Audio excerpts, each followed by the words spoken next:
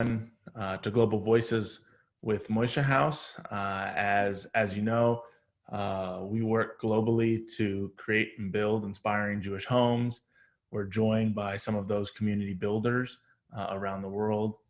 Katya in Kyiv, Jordan in San Francisco, Emily in London, and I'll introduce Benji, our board member, shortly.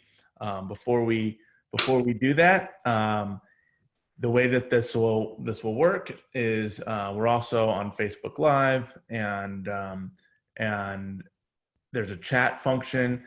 Feel free to use that. If you have questions, there's a Q&A box, so please feel free to type in the questions. We will be able to ask them to our guests. And Moishe House is a uniquely global organization that has perspectives of young Jewish leaders around the world. So to see what's happening both from a young person's perspective, a Jewish leader's perspective, and these local Jewish communities around the world during a global pandemic that we're all experiencing is unique and something special that's important, both from the sense of how we're managing it, how we're dealing with it, and what's either next or behind us. So a couple quick Moishe House things. You heard last week from Roe shortly about Expedition 9, as Camp 9 and I, the Jewish summer camp for adults that we run, was planned for the end of May, which will get canceled this year and back on next year. We moved to a global color war, and in the first few hours of opening it up yesterday, we already have 37 teams who've registered, and tons of young adults and people participating. So if you want to check that out, you can go to camp999.org. I'll put it in the chat, or expedition9.org. It'll take you to the same place. And also, I just wanted to share, some folks have asked if Moishe House has applied or received the PPP small business loan. And we applied, we were approved, and we have an SBA number, but in theory, the funding should come at some point this week. So we're hoping and waiting on that as an opportunity for us during this challenging time. And I also want to recognize that today is Yom HaShoah, and a day of remembrance for the 6 million who died. And on a personal note, my first name David, my middle name Sender, is after my two of my great uncles from my grandma and my grandfather, who both were survivors, and we certainly recognize them and the true challenges and true obstacles and horrifying events that they faced in their days. So just a quick moment of silence for Yom HaShoah.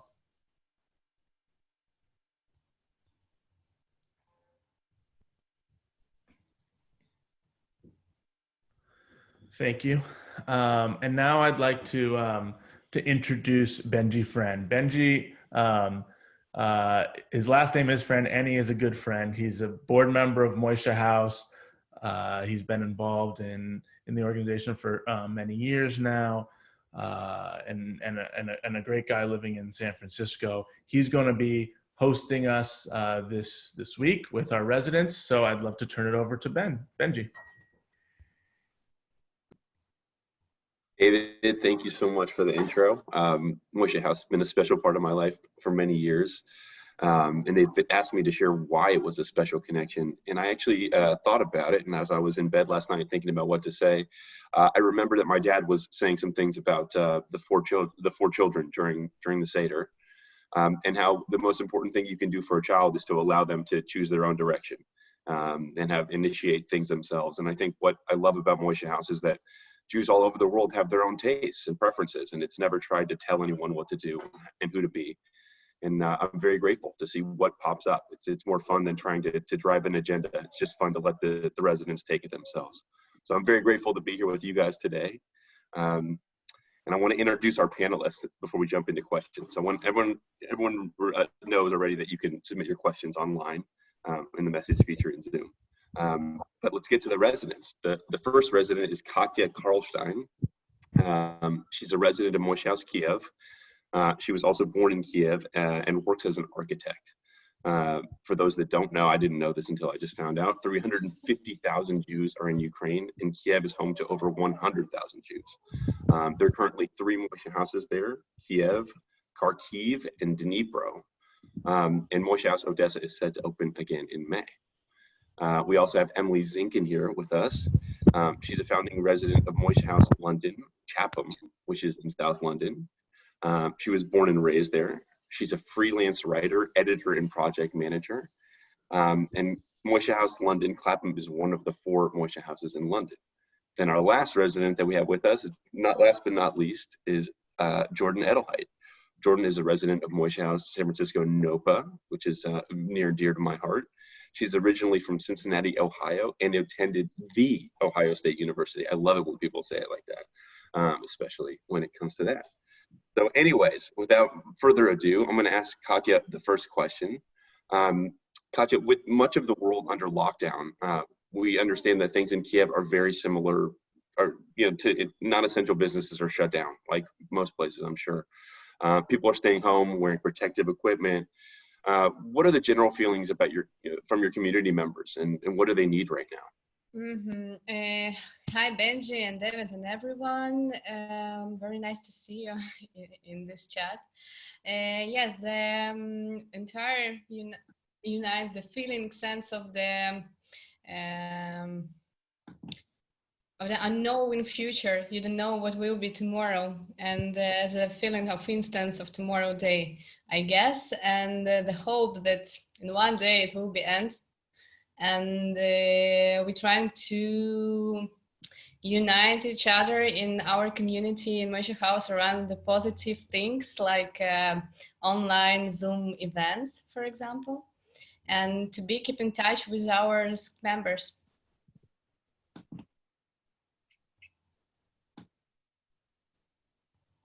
Hello, are you? I'm here, sorry about that. Yeah. So for your community members, what makes Moishe House so important at this time? Why this is important? Because this is a point not only in the map, but in the mind and in their soul, the place where you can get the traditional and cultural things from the Jewish lifestyle and Jewish history and Jewish sense of life, I guess. And from all this time, we of course became friends with our members, not from everyone, but from big part of them. So it's like a very home place when you can always come and get what you want around the Jewish life and communication between them. And so that's why this home important for our community. And the one thing that you should know about Kyiv, I don't know how does it look like in America, for example. We have very close religion communities, and not many communities in Ukraine introduce people the free entrance, and the people who didn't have some touch with religion, with Jewish culture, is a little bit afraid to come there. And we are very open and very friendly. They always can ask different questions and don't feel themselves so stupid. So it's very comfortable for people to come here and to try Jewish life first in this life. So it's good. Yeah, I love that. I mean, it's really cool to hear about you guys giving people space to reclaim a religion and finding it yourselves. It's just very special. So during these times, then, how are you guys continuing to serve as a resource? What? I'm sorry? How are you continuing to serve as a resource? For all these people who you talked about, you formed this wonderful community. People are, learning their Judaism. Are you checking in? How are you continuing to serve as a resource? Communication with them. Actually, we always talk about the things, and they always ask and search, and you always try to give them the information that they want. If I understand your question correctly. Sure. Yeah. Yes. Sources, books, information from internet. Our rabbi, we are the source. So I heard you guys have been doing yoga. yes, online yoga classes. It's good because you have a sense of the group, which making some things, and it's a physical things, and about the breath and about your minds, and people feel themselves more energetic. So we try this action this meeting once, but we continue every week. And you guys are doing, I also heard a play. I mean, it's like everything I'd ever want. Like a dramatic play, or what kind of play? Yeah, dramatic play. One of our members, he is an actor, and he playing in the theaters. And he suggests to make in the play game to take some Shakespeare's, for example, play, and divided the personal characters between the members, and playing it in line and show it for another members who want to enjoy and look. Oh, so much fun. I'd like to see a copy of that at some point. Katya, thank you so much. I'm gonna turn around and ask Emily a few questions. She's working with her phone, so hopefully we're doing it right on the audio. But in South London, Emily, you're in Moishe House, London, Clapham. A Moishe House you helped launch last summer. Moishe House has been present in North London for over 10 years, with locations now in Belsey Park, I hope I'm pronouncing that right, and Kilburn, and recently opened in Hackney, which is in East London. Why did you want to launch Moishe House in South London? Yeah, it was very passionate for me. I grew up in South London, and there's 10 to 12 really big synagogues here, and which are all very active, but there's no real community center outside of synagogue. And the synagogues themselves, if they aren't the same denomination, don't tend to interact as well. And so we had North London, which was swimming in Jewish community centres, as well as two Moishe houses. They've got JW3, which is a huge community centre, and all sorts of other resources. And there just wasn't one in South London, which gave the impression that there was no Jewish life in South London, which just isn't true. So when my brother, but we hadn't even heard of Moishe House, even though they had been present in London for, like you said, over a decade. I actually found out about Moishe House when my brother was studying abroad in Atlanta, and he ended up subletting in one of the Atlanta Moishe houses and running events there for the summer, where I believe he met David, and asked him, how come we don't have this in London? And David corrected him and was like, you do. And then Adam, they talked some more, I believe, and David reassured Adam that East London would be getting one soon, and Adam, I believe, put forward a very passionate case for South London, which clearly had some effect, because when they were looking for a new house, it said in East or South London. So I got in touch with our now manager, Danielle, and put forward the case about how young Jews in South London needed Moishe House. How convincing David Siegelman can be. It goes down a rabbit hole very quickly, so you got to be very careful there. But with London lockdown, will you tell us a little bit about your lockdown experience right now? Yeah, absolutely. So London lockdown is still very much a lockdown, but probably less dramatic than a lot of other cities. We're still allowed out for exercise and to go to the shops. But it's definitely really affecting our community. I, as well as other people, lost our jobs as a result of the lockdown and pandemic. And we actually have two community members who are junior doctors, one who's working in psych ward at the moment, but is sort of poised to be redeployed to accident and emergency any day now, and one who's been sort of right in the thick of it in accident and emergency from the start. And people are really lonely.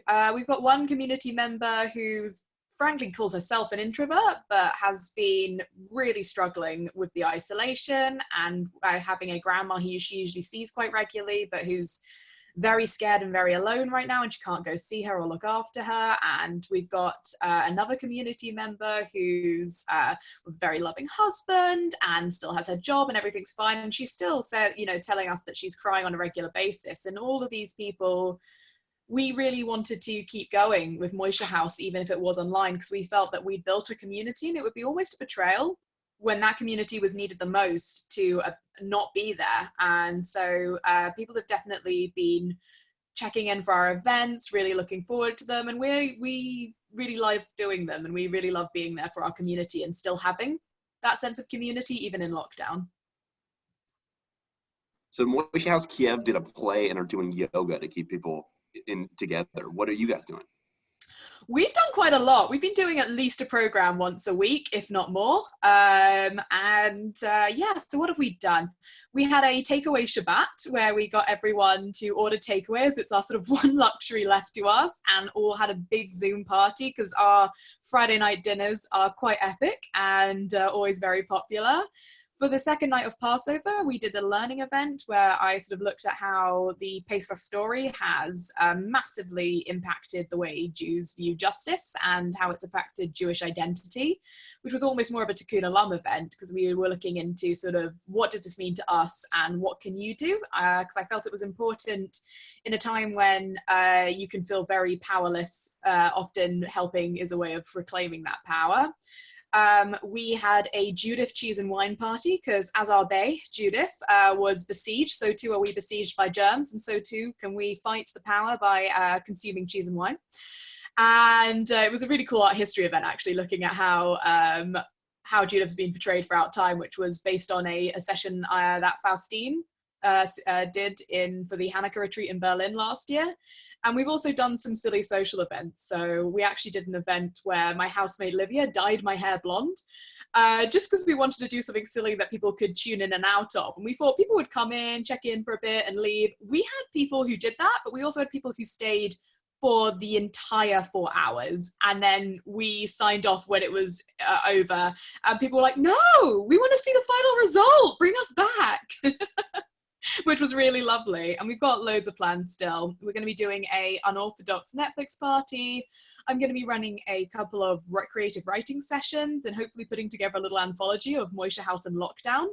And Livia's sort of regaining the Blitz spirit, so to say, and has been making her own products like coffee scrubs for the skin. And she's going to be running a session about how to do that. So that's going to be really cool. Well, keep up the great work. That sounds wonderful. I just want to remind you guys, you guys are so creative. I love Moishe House residents. These calls are so much fun. Before our next speaker, I want to remind you guys that if you have questions, please submit them either on Zoom or on your Facebook Live watch party. Get off of mute here. Let's go to San Francisco, which I'm just across town from Jordan here. So we're Zooming, but it doesn't matter. It feels like we're all the same distance now. And you're going to talk about some programs in particular, I think, Jordan, is what you said. And we also have Moishe House's Terry Wonder on the line for this part of the conversation. Are you there, Terry? Jordan? I'm here. All right. Hey, thanks, everybody. It's great to hear everybody. I really just love the phrase, so too are we besieged by germs. That was a great out loud sentence. Jordan, how's it going? Nice to see you. Nice to see you, Terry. We are going to dive into a little bit of the programming that you're doing. I just want to give an intro about the two of us. So my name's Terry Wonder. I'm in charge of the House Department here in North America. And Jordan, you are a resident at San Francisco NOPA, Moishe House. Do you want to tell a little bit about yourself and where you are in the world and what you're up to these days? Yeah, so I'm still in San Francisco right now.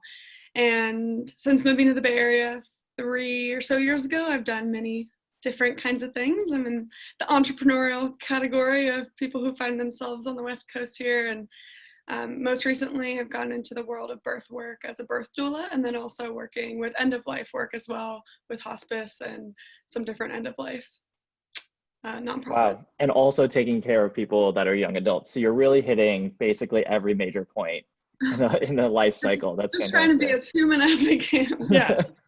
That's great. So we wanted to talk about one particular program that your house does called Living Room Live. And what I'm going to do is I'm going to ask you about it, but I'm also going to share my screen here so that everybody can see the pictures and videos that I'm going to share while you're chatting about it. So let me do that first. If I can get permission to screen share, that would be great from the host. So let's start with the first question of, can you tell us a little bit about like what is Living Room Live before all the quarantine and coronavirus stuff happened? Yeah, so Living Room Live is our monthly open mic that Moishe House Nopa has been putting on for nearly 2 years, or maybe, yeah, just right around 2 years. It's one of the things that I look forward to every month, and has been a deep source of community and connection and creativity and a really cool blend of all of it. It was started really in inspiration also with a community member, a very talented violinist, Zoe Atlas, and she has all these wonderful talented friends, and then you don't have to have any in particular talent to come, you just have to be willing to be creative or be a good listener, and we've really created that. It's something I'm really proud of to be part of and to facilitate and to watch all of our roommates that, you know, they might do a meditation or read a poetry piece or do some music. And so it's very much a house effort in conjunction with and just met by community in a really beautiful way. So I encourage really cool. and now the opportunity to join will be easier than ever. Just Zoom link away. What are some of your favorite kind of activities, artists, performances, collaborations that have happened during Living Room Live? Oh gosh, we've had everything from comedians have started coming and tons of musicians, all sorts of musicians. People have done a dance showing. The only rule is that you can have only 5 minutes to perform, and so people are just creative with what they do for those 5 minutes. Sometimes you just get up and you share a piece of your like an old journal entry, or you share a part of a book that you're reading, or we typically have a different theme every month, and people will just share whatever they can that's of their heart and shows a little bit more about who they are and what they're trying to give to the world. So that's fantastic. So we have some pictures here of Living Room Live, which are really beautiful. We had Sam on the guitar, and people very attentive to him playing. Yeah. I love this mural with the tree in the back of your house too. It's really beautiful space that you guys have set up for this program. Sorry, what? I'm just saying it's a beautiful space. Sorry, go ahead. Yeah, it is an amazing house.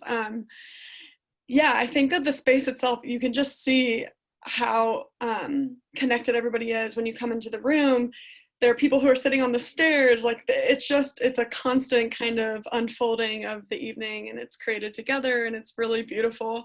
We do a community song at the end of everyone, and so people will kind of do this mad-libbed community song that we pass around a notebook, and throughout the evening people will put lyrics onto it, and then we invite all the musicians up by the end, and they'll start a rhythm, and then we all sing this song together. So the community songs look like this, and they are some of my favorite things. We kind of have an album we've started of all the different community songs. So this is our heartbreak theme song, but you know, it's a lot of fun. It's a lot of joy and also vulnerability and just an opportunity for everyone to share a little bit about who they are and wherever they're at in that moment, which has been just as true for right now, especially now almost during the pandemic and kind of some new realities that people are facing. It's an amazing looking program. So can you tell us a little bit about how you've transitioned Living Room Live into Living Zoom Live and brought it to the virtual gathering space? Yes. So for the record, Living Room Live was always called Living Room Live. We had no idea it would so seamlessly translate the title into Living Zoom Live. But yeah, Living Zoom Live, we've done now the past 2 months and are planning to keep that up. Definitely some challenges with how do we create that kind of community, but over a virtual event. But some of the learnings that we've had have been to still have it be a place of consistency and community. This is what we're doing. This is us doing our community song, which we've also realized that the audio on Zoom is only slightly limited for community songs, but we're coming up with new ideas. Yeah, so some of that consistency has been really important, actually. Just keeping Sorry, I'm so distracted by these videos because they bring me so much joy to see this. But remembering that people are really going through it right now, and that whatever they might be bringing to the table, just to be sensitive and to know that people are welcome to join for however much they can, you know, in whatever way they have the emotional capacity to join these days, or, you know, if they've been at their screen time limit, to just be respectful of it, but to know that it's still a welcoming place. And all we've ever really wanted to do is have it be a place of welcoming and creativity. Something I love about this program is that it existed before all of this quarantine stuff happened, and it was such an important part of what you guys were doing together. And the plan is that it will exist afterwards, and what you're creating is this community continuity of having it exist during this time and bring some of that music and joy and artistry throughout the, you know, while you're trying to figure it out with Zoom and the audio and all these pieces, but you're still creating the community song and still trying to have some of those traditional pieces in there. How has that been working so far? Yeah, I mean, there's definitely an adjustment period, but it's been beautiful to kind of see how we've been able to evolve. Even just knowing we've been asking back the same people who have been part of it in the past. We really want them to still feel like they can be part of it. In addition, you know, we've had now Moishe House residents or community members from Canada, and we've had our first international open mic, or we've had new kind of frontiers of how we've been able to perform together and do new things. I read a poem this last one, and we were able to have a community member, Merrick Jacobs, she was able to do a dance to it. And so we had everyone pin her video as she danced to a poetry piece that I read. And we've never done anything like that before. And so it is nice when we can have new frontiers of the programs that have existed for 2 years and will hopefully exist for many more. And to see that, you know, some of the adjustments we're making are just expanding our creativity. And most of all we can ask from, I think, these times is that they are a time where our creativity expands. So I love that you have guests from other Moishe houses, residents come and join and do some freestyle rapping and do some other performance pieces too. So unfortunately, we don't have Merrick with us today, but we do have you, and you have generously agreed to share a little bit of that poem that you've read for us, for everybody that's watching. So when you're ready, if you would like to tell us a little bit about it and perform it, and then we'll wrap up together. Okay, yeah, so yeah, we have a different theme every month, and last April's theme was freedom. And this April, we were still kind of figuring out what our theme might be, but Merrick had suggested maybe we do a collaboration where she could dance to one of my poetry pieces. And so I found the poetry piece from last year's open mic, Freedom. It felt very relevant, and I didn't make any adjustments, and we just read it, and it was actually really powerful to me to see actually how relevant it felt during lockdowns, and where does freedom come from, and then also around the time of Passover. So yeah, I'm gonna just read a piece of it right now. I appreciate you letting me share it with the whole crew. Right, so we are bound together, and it still leaves me in awe that every month you return, letting this living room stage be the tiny vessel it can to transform this room with strangers and friends, to come together in a space that brings us to the shore that knows freedom to create, to liberate our doubts and walk into a space that shouts confidence meets you can do this is one of those priceless gifts you can't ignore.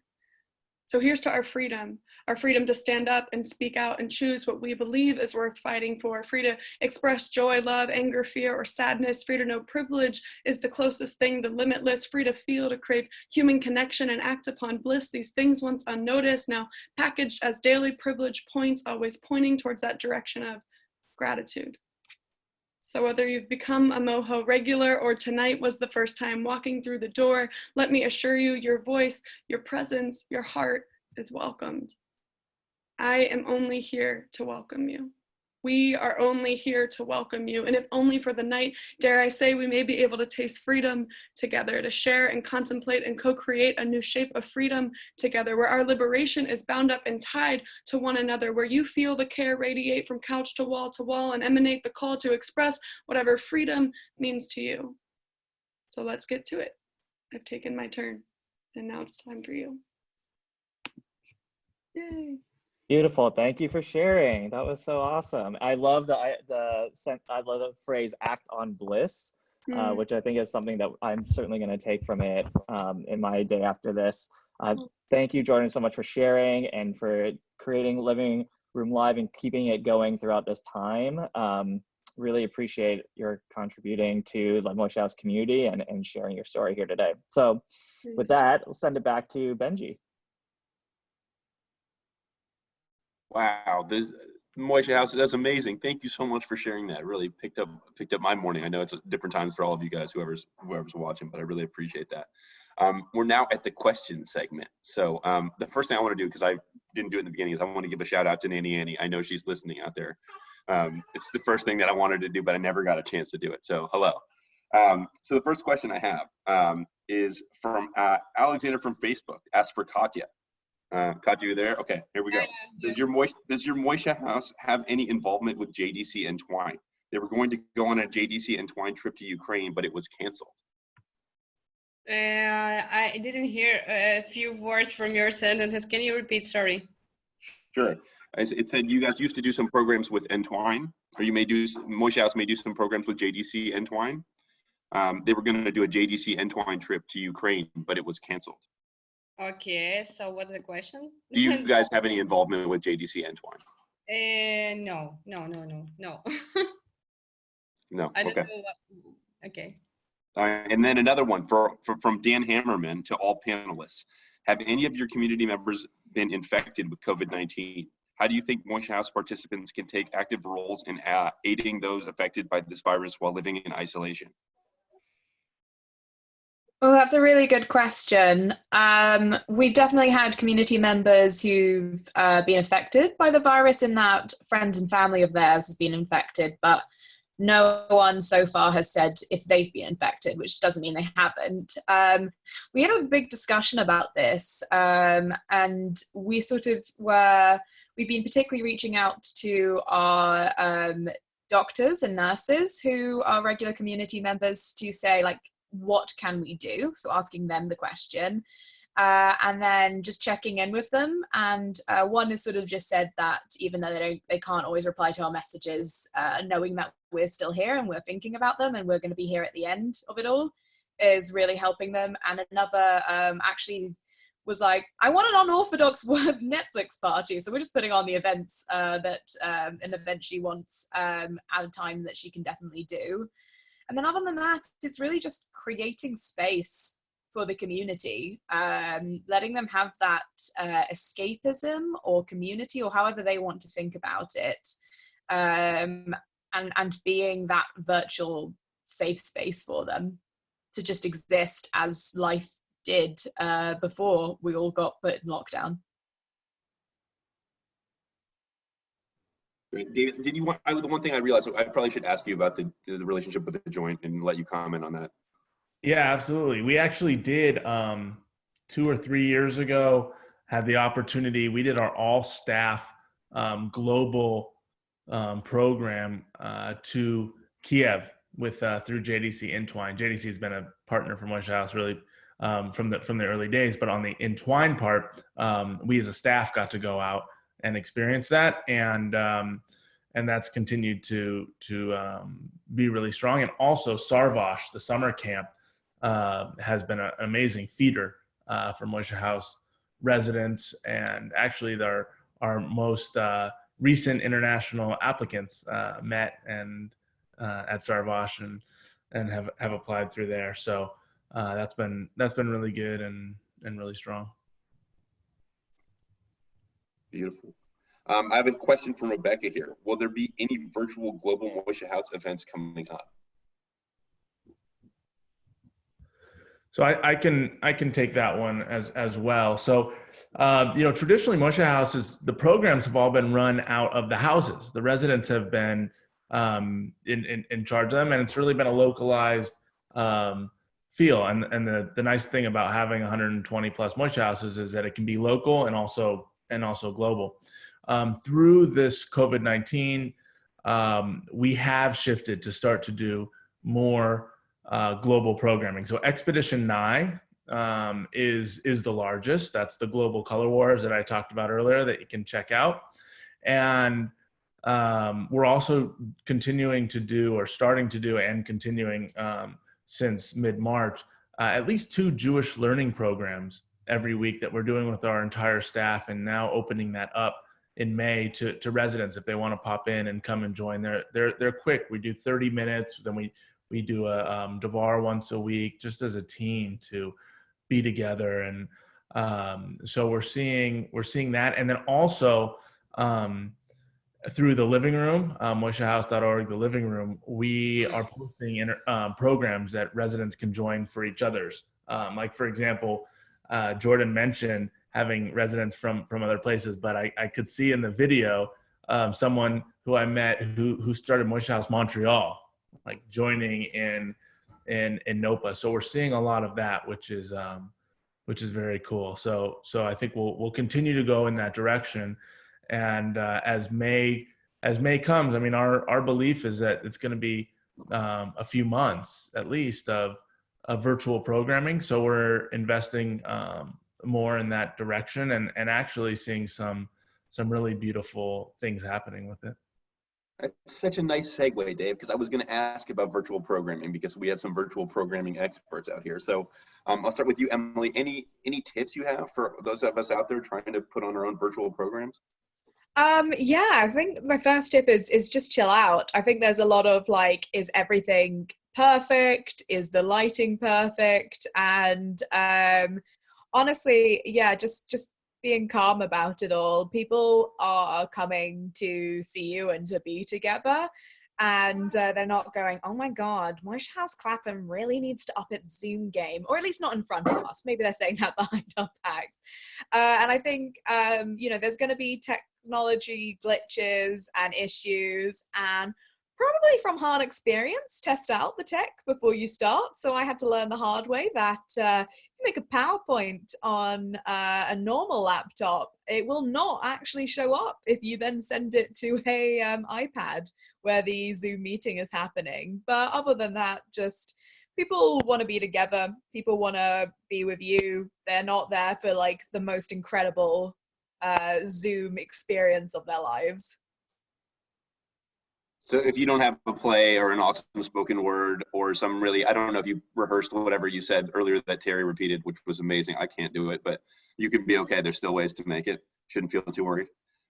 There definitely is. But I stan an open mic night. So if you fancy putting one on, I'll be there, Benji. Well, I'd like to just watch. I think it'd be great.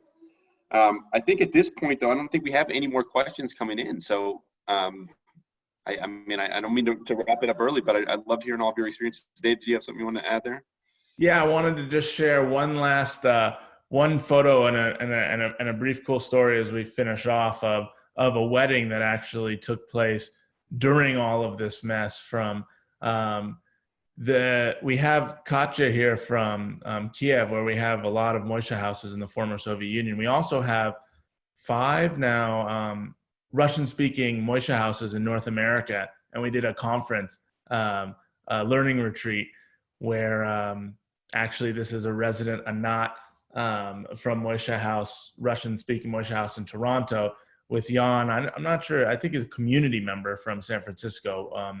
Might be a resident, but I think community member. And they actually met during that learning retreat and had a different wedding than they were planning. But this was just last week, actually, for them to connect. So wanted to wish them a mazel tov and congratulations. And then just also share and remind folks that we'll be on next week. We'll have a look back down to South America. I think we're going to hear back to see where Rome is, since we had some insights during their peak, and to see what that looks like on the other end. And we'll be able to share some Expedition 9 updates. So really want to thank everyone again. We're in the business of inspiring Jewish homes, and Jordan, Emily, Katya, that's what you're doing, and we appreciate it so much. Benji, thank you for being our host this week. Thank you guys so much for doing beautiful stuff. If you want to tune in, by the way, we got a question in the last second. On the Moishe House website, you guys can access most of this content. So I know I'm going to tune in a lot more. It's just really great to see what you're doing. Sorry, Dave. Great. Thank you. and have a good week, and we'll see you next week.